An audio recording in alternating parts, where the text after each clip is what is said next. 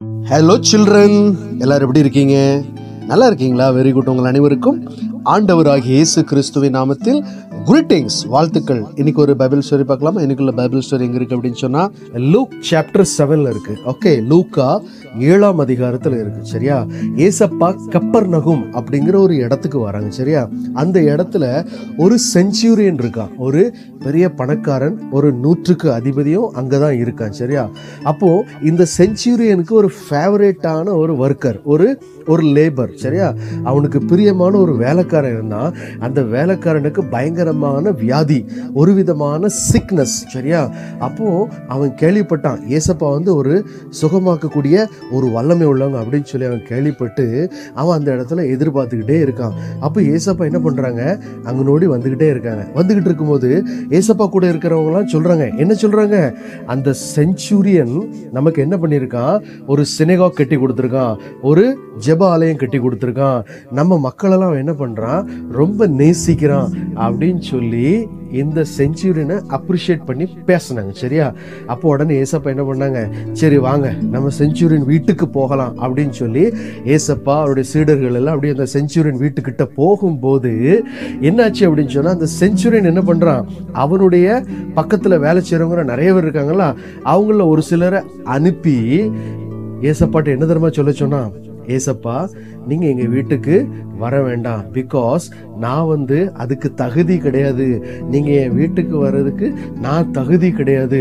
நீங்க வல்லமை உள்ளவங்க, நீங்க ஒரு வார்த்தை சொன்னா போதும், நீங்க ஒரே ஒரு வார்த்தை சொன்னா போதும், என்னுடைய வேலைக்காரன் என்னவா கியூர் ஆயிடுவான், சுகமாயிருவான். அதனால ஒரே ஒரு வார்த்தை மாத்திரம் சொல்லுங்க அப்படின்னு சொல்லி என்ன பண்றான், ஒரு பெரிய செஞ்சுரியன், அவன்கிட்ட நிறைய வேலைக்காரங்க இருக்காங்க. ஒருத்தவங்களை போங்க, ஒருத்தனை வான்னா வருவான். அப்படிப்பட்ட ஒரு பவர்ஃபுல்லான ஒரு மனுஷன் ஏசப்பா கிட்ட வர்றதுக்கு கூட தகுதி இல்லை அப்படின்னு சொல்லி அவன் என்ன பண்றான், தன்னைத்தானே தாழ்த்துறான், ஒரு ஹம்பிள்னஸ். சரியா?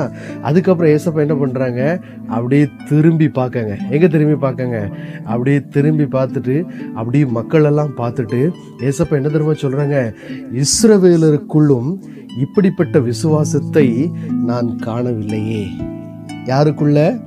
இஸ்ரவேலருக்குள்ளும் இப்படிப்பட்ட விசுவாசத்தை நான் காணவில்லையே. When Jesus heard this, he was amazed at him, and turning to the crowd following him, he said, I tell you, I have not found such a great faith even in Israel. சரியா? So இப்படிப்பட்ட விசுவாசத்தை நான் இஸ்ரவேலுக்குள்ளும் பார்க்கல அப்படின்னு சொன்ன மாத்திரத்தில் then the men who had been sent returned to the house and found the servant well. அதுக்கப்புறம் யார் ஏசப்பா கிட்ட சொல்ல வந்தாங்களோ அவன் திருப்பி வீட்டுக்குள்ளே போனால் அந்த வேலைக்காரன் எப்படி இருக்கான், நல்ல சுகமாகி ஆரோக்கியமாகி கியூர் ஆகி நல்ல அழகாக நிற்கிறான். சரியா? ஸோ இந்த ஸ்டோரி மூலமாக நாம் கற்றுக்கொள்ள வேண்டிய ஒரு காரியம் என்ன அப்படின்னு சொன்னால், பெரிய ஐஸ்வர்யவான், பெரிய பணக்காரர், அவர் சொன்னா எத்தனையோ சர்வன்ஸ் என்ன வேலை வேணாலும் செய்வாங்க. ஆனாலும் அவருக்கு என்ன இருந்துச்சு, ஒரு ஃபெய்த் இருந்துச்சு. இந்த ஆண்டவர், இந்த இயேசு ஒரு வார்த்தை சொன்னா போதும், என் வீட்டில் இருக்கிற இந்த சர்வெண்ட் என்னவா கியூர் ஆயிடுவான், சுகமாயிருவான் அப்படிங்கிற ஒரு விசுவாசம், அப்படிங்கிற ஒரு ஃபெய்த். சரியா? அப்போ ஏசப்பாவே அப்ரிஷியேட் பண்றாங்க. அப்படி திரும்பி பார்த்து சொல்றாங்க, இஸ்ரவேலருக்குள்ளும் இப்படிப்பட்ட விசுவாசத்தை நான் காணவில்லையே அப்படின்னு சொல்லி ஏசப்பாவே அந்த செஞ்சுரியன் அல்லது 100க்கு அதிபதியை என்ன பண்றாங்க, அப்ரிஷியேட் பண்றாங்க. டியர் சில்ட்ரன், நம்ம ஃபெய்த் எப்படி இருக்கு? ஸோ ஆண்டவர் விரும்புகிற காரியம் விசுவாசம். உங்களுடைய ஃபெய்த், சரியா, என்ன பாடம் படிச்சிங்கனாலும் அந்த பாடத்து மேலே ஒரு நம்பிக்கை, அந்த பாடத்து மேலே ஒரு விசுவாசம். ஆண்டவரே இந்த பாடத்தை நான் படிக்கிறேன், எனக்கு இதில் நல்ல மார்க் வேணும் அப்படின்னு சொல்லி ஆண்டவர்கிட்ட விசுவாசமாக கேளுங்க.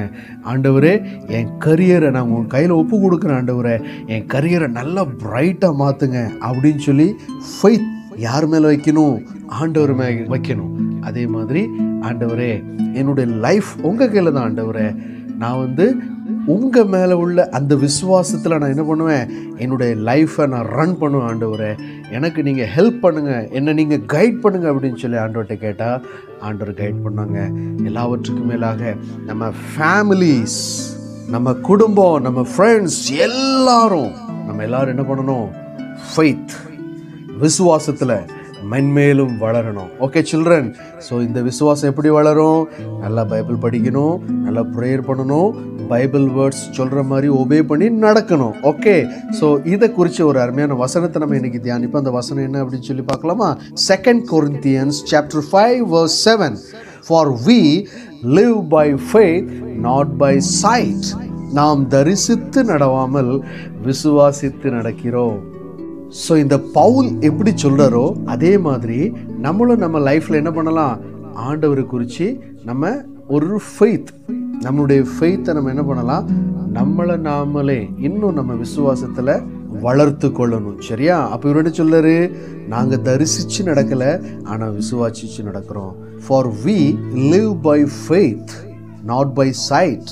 இன்னொரு டிரான்ஸ்லேஷனில் for we walk by faith not by side.